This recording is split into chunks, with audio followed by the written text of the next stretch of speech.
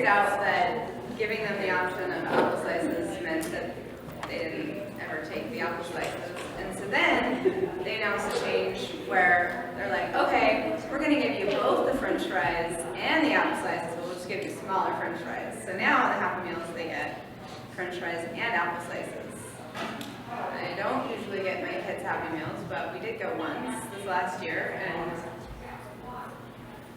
no, I don't. No one of my kids did eat the apple slices. When we're talking about local learning, especially from a Thomas Jefferson perspective, what we need to focus on is how do we make those apple slices look more appealing than French fries? Because if they're given a choice between reading a classic or, or playing video games, they're going to play video games.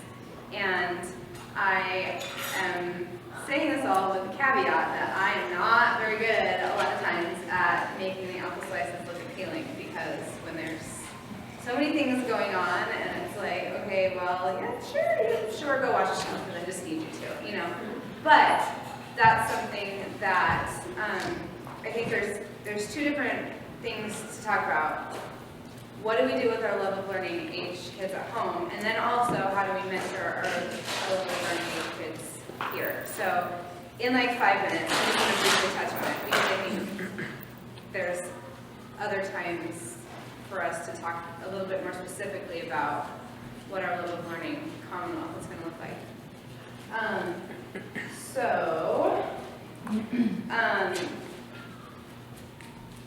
What are some of the ways that you have found that make your apple slices look more appealing?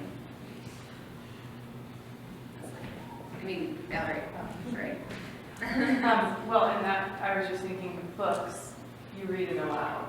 Yes. And they just always love it. And then they get used to it and they enjoy it, and they're not scared, or thinking, and they also know when you've read them something really amazing, they'll trust your judgment, say, you gotta read that book too, because that one's really good. And so then they trust us.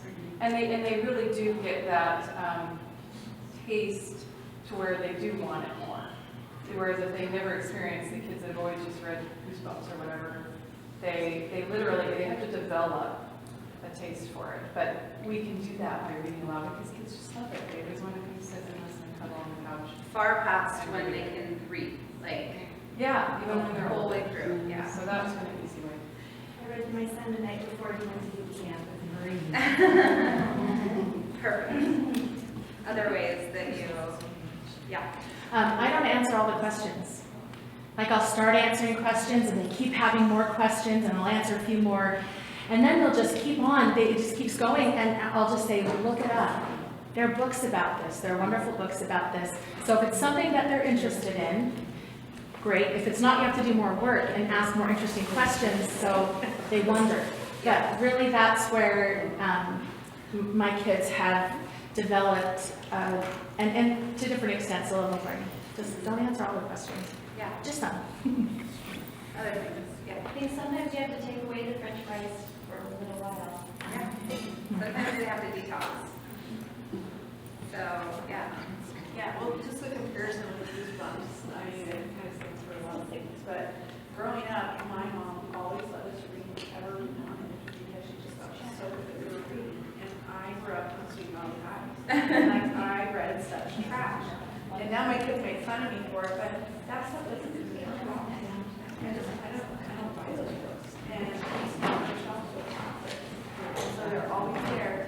But whenever I got in high school and had to read real solid classes, I could not understand it. I was so used to a simple sentence structure and really shallow plots that I didn't even know how to handle this more advanced book. And so having our kids have access to that, yes, in books, but also other types of learning. Will a kid ever choose something good and wholesome over video games? My kids read like crazy, but if you turn on the TV, they all put down their book instantly. So the TV's not on, because then they don't even have to choose. And so will the kids choose those really good things, maybe not. And so, yeah, don't have the. I like fries. french fries. I love french fries. And if they come in my car and I smell them, I will eat them. Yeah. You know, so I need to just not have them in my car. Right. So, yeah. We were saying it over here, that just like, like the convenience foods taste good and they're really easy to prepare. Healthier options usually take a little more time to prepare. And the same thing goes with like choices for our media usage or the kinds of ways we spend our time. A lot of things that are really easy to turn to, like TV or other things, they can have some value, but not guaranteed to, especially things that are really easy to love, It takes more preparation and time to, develop a taste for other things and to really just integrate it into your life. I've had to sit down and make it feel like, look, we're not doing other things to the guys about scriptures, So older ones read it to the younger one, but do it. We're doing this and then we will move on, And I think the key thing that you said there is, this is what we're doing. Right. And so when we just say, okay, well, here's your bookshelf of classic books, or here's whatever, I've provided this all to you, but, and this, I feel like such a hypocrite, even saying this, because it's definitely not one of my strengths. Because I really value alone time, and I have to get out of my shell to do stuff with my kids. It's just not one of my strengths. But when we're doing it, it's just like when we're sitting down with a home-cooked meal for our kids versus tossing French fries in the back seat.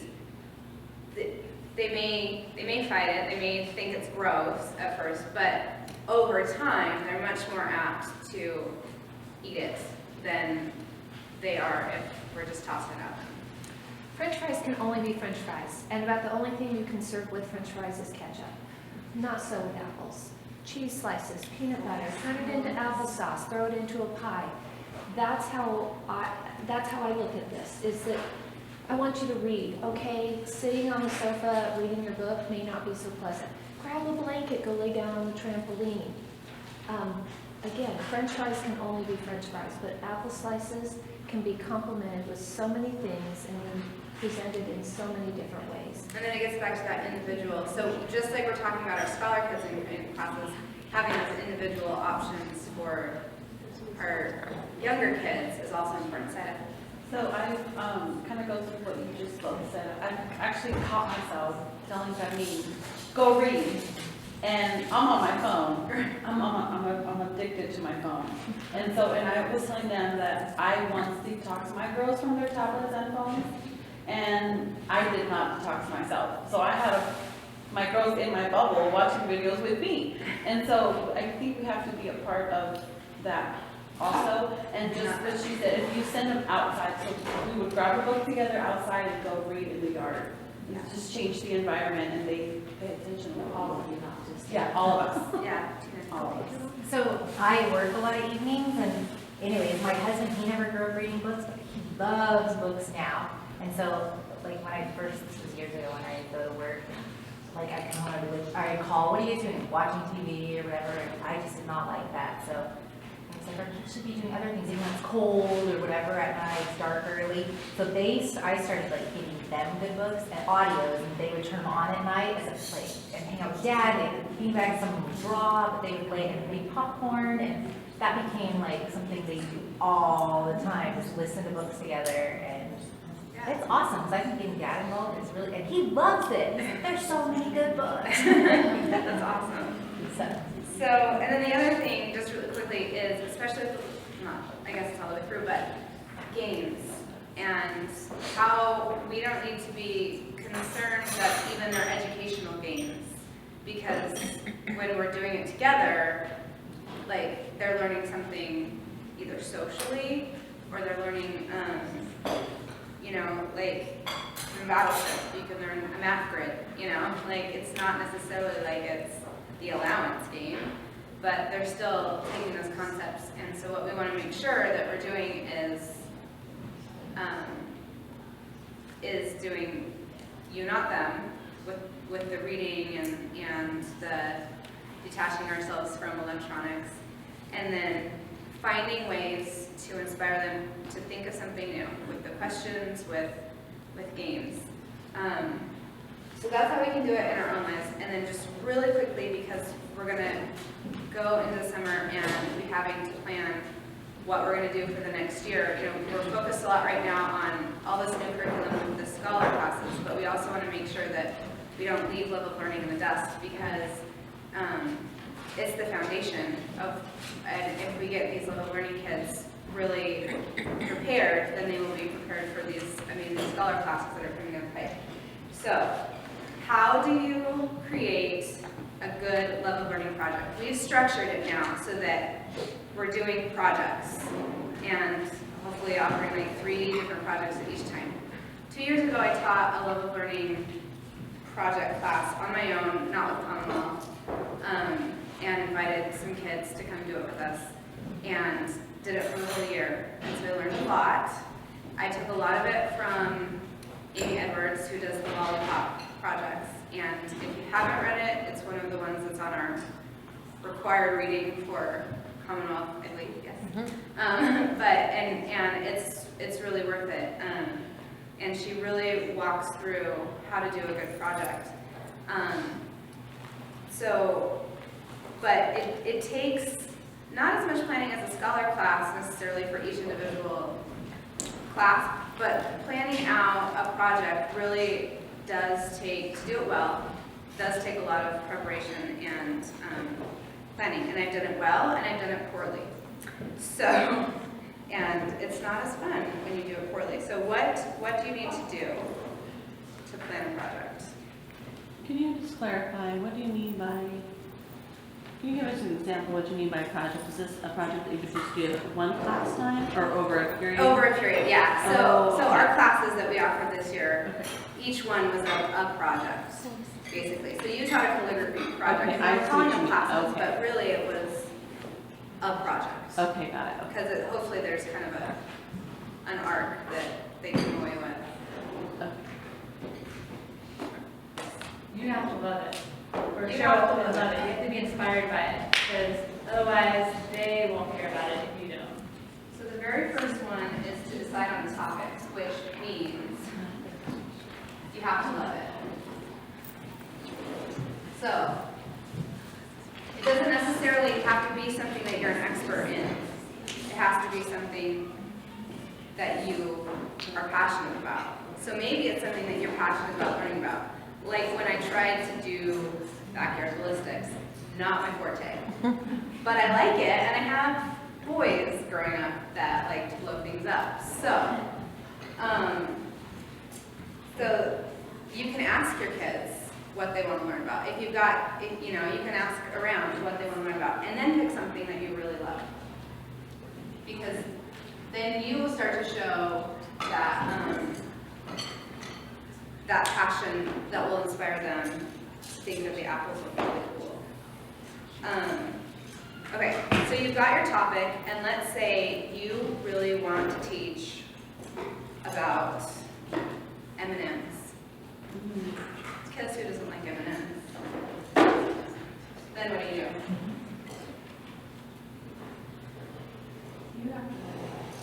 You have to learn about it, so you have to do your research. The fun part is when you have a topic like M&Ms, you can start researching the heck out of it. So you research the history, you research how they're used, you find all the different topics, like there's like M&M math books, right? Where you use, what are the different ways that you can combine all the different subjects about this one project? Can you talk about history? Can you talk about math? Can you talk about social studies, civics, whatever other art? Can you incorporate art? Find the resources in different ways that topic has been used. So one of my favorite projects that I did with the Love of Learning class was called, what was it called?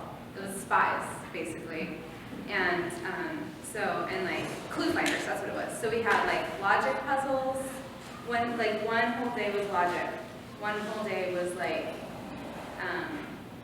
CSI, like crime scene investigator. And we went to ONSI and did their science of basically like a CSI class where they had the lab already set up. So you can take a topic that you're really interested in and find different ways to tie in all the subjects. So once you've done all the research, the next step is to sit down and make a list of all the possible activities that you can do. And when we're talking about scholars, there's, we're talking about how some people like to do the activities, some people like to do lectures. We're not doing lectures in Love of Learning. I mean, very little.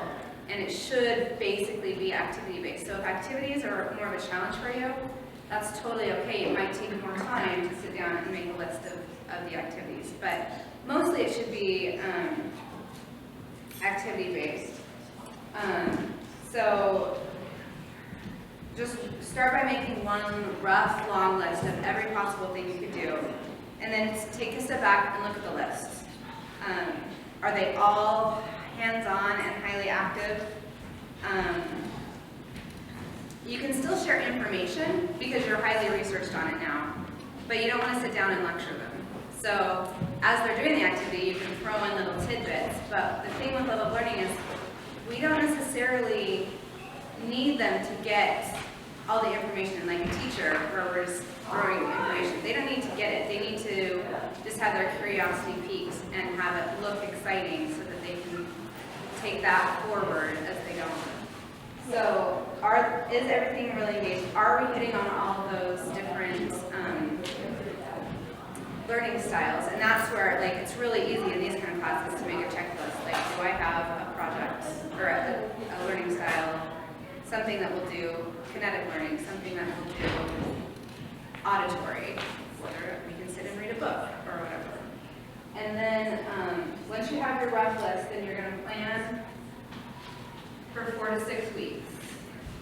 And I believe all of ours this year are going to be 4 weeks, right? Because we're doing the plan 4 weeks.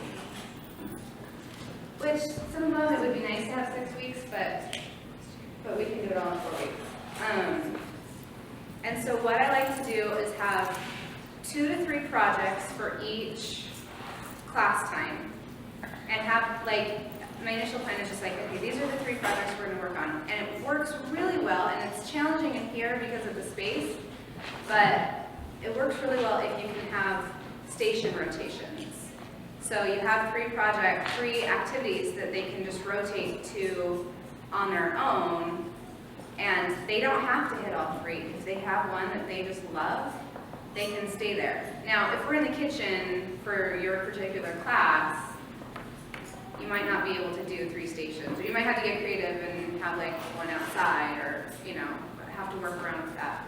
So keep that in mind as you're planning them. But that way, it's really hard to keep the 7 to 10-year-olds all engaged on the same thing for the whole 2 hours.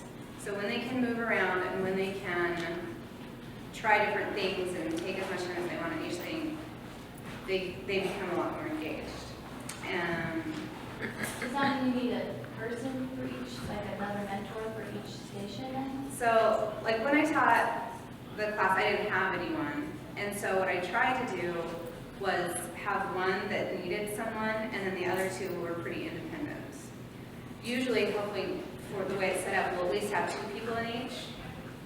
So you could have you and whoever's helping you do 2, and then have one that's more sit down and find, like the clue finders, there was ones where we were reading Encyclopedia Brown for 5-minute stories, and there was questions that they could answer. So it was more something they could do independently. And then the other thing that's really fun with this, so I would plan out a bare bones, I want to do these 3 things, have a topic for each week, 3 activities that go with that topic, and somehow figure out a rotation And it was just bare bones, and then I would plan each week as I got to that week, but I would have kind of that vision ahead of time. And then I would also try and incorporate like a field trip that went with each topic. So we did some of the OMSI labs, and that's not necessary for our group here, but if you're inspired to do it and it's something that you want to do, it can really solidify that project. And I know we did a lot of that this last year, and I think it went really well. But some of the resources that they had were OMSI labs were great. So like $5 a kid, and they have it all set up for you, and you don't have to pay admission to get in to do that. And then, or bringing in guest speakers to launch a rocket or things that you don't know how to do. I can't remember some of the other field trips that we did. But yeah, I don't know. That's kind of a real bare bones model. But the Lollipop book does give a lot of really helpful suggestions, and really, the thing that I like about it is she's got a few like sample projects in there and gives just tons of resources. So what I would do is just go check out like every book from the library, and I'd bring them all too. So then if the kids get bored with whatever the activities are that day, there's the books. Sit down and look at them. So, yeah. Questions? Okay, 2 questions. What are your expectations of the children? Like, do you have any, and what are they? And also,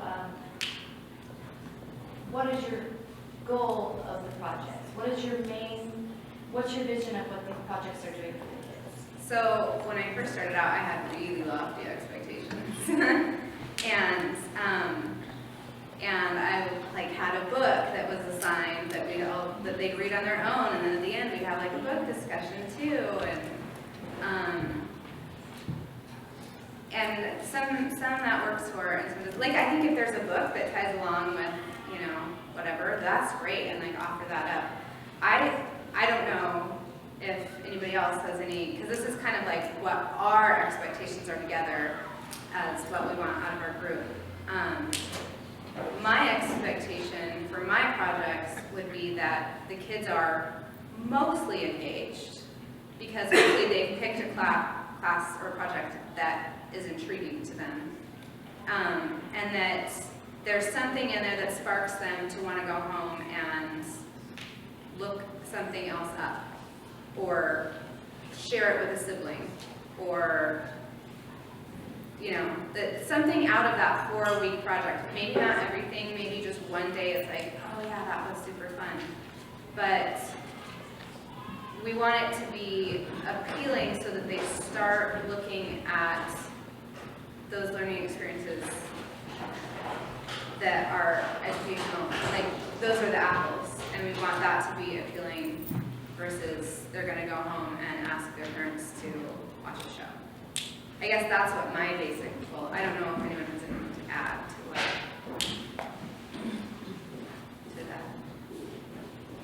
I think that was good. Yeah, it's good. Oh, yeah, I was just gonna say that one thing I've seen from Luke, he sees what the other kids' interests are and aptitudes, and it does inspire him to want to do other things, gives him new ideas that he can take with him, and even gives him confidence sometimes that he could do something that he never thought of before. And even if you're offering like optional homework, or like an idea like, hey, if you go home and do this week, you can bring it back and share it. Most of them probably won't. But on the times that they do, then it can be inspiring. And I know like with the writing camp, like so many kids went home and wrote books. And then the other ones saw that and were inspired to go home and do it. And it was so cool because it never wrote. So things like that where you can give them an opportunity and not be disappointed if they don't take you up on it. Because most of the time they won't. But when they do, it's very cool. I think that's the hard part for me, is when they don't take you up on anything you're trying to inspire them with. And then I kind of take it personally a little bit, like, or I do this with my own children too. I see one child not going with the program, so then I feel like everybody's failing. And I think that can be, maybe that's one of Satan's traps for us, to feel like we're not making a difference. But really, it's not, maybe we shouldn't be seeing it that way. Right, well, and that's why we're offering so many, like, each 4 weeks it's something different, so that that one may not be a good fit for them, and that's okay, but in 6 different sessions, they'll find something that they're at least passionate about for a couple weeks, Well, and you may not see, like, if you give them an assignment or something, they may not come back with that assignment, but you don't know what they did at home with the information you gave them, because most of the time, they share it, or they're excited about it, or whatever. Like, I can't even tell you how many times Tears has made chocolate chip cookies on her own, because she knows how now, you know what I mean? Like, or she finds a reason to. Our neighbor looked sad today, I think I should make chocolate chip cookies, you know what I mean? But she might not report back or bring it back, so you might not see that, but at home, they're doing things because they're inspired. One thing that Brenda Haas, who's doing, new Commonwealth schools across the country, one of the things that she shared in the training I went to recently was having some kind of aspect where they are inspired by something that they learn about, that they would have like a little opportunity to present it at the beginning of class. And then they didn't have to, it was just if they wanted to. But what seemed to happen is that like a child would come back and present a topic, and then other kids wanted to start doing that. So then they would want to go home and research it. It wasn't a requirement, it was just an invitation, but it really led to a fueling of them being inspired to go home and like research it and then come back and share it, and it would just be like an optional thing. But I thought that was really great, because there's something about doing it for your peers, and it's fun, and they want to, and it's just purely an invitation. So My daughter's teacher called it jumping off the boat project. Yeah. You have something else that you're interested in, go for it. Yeah.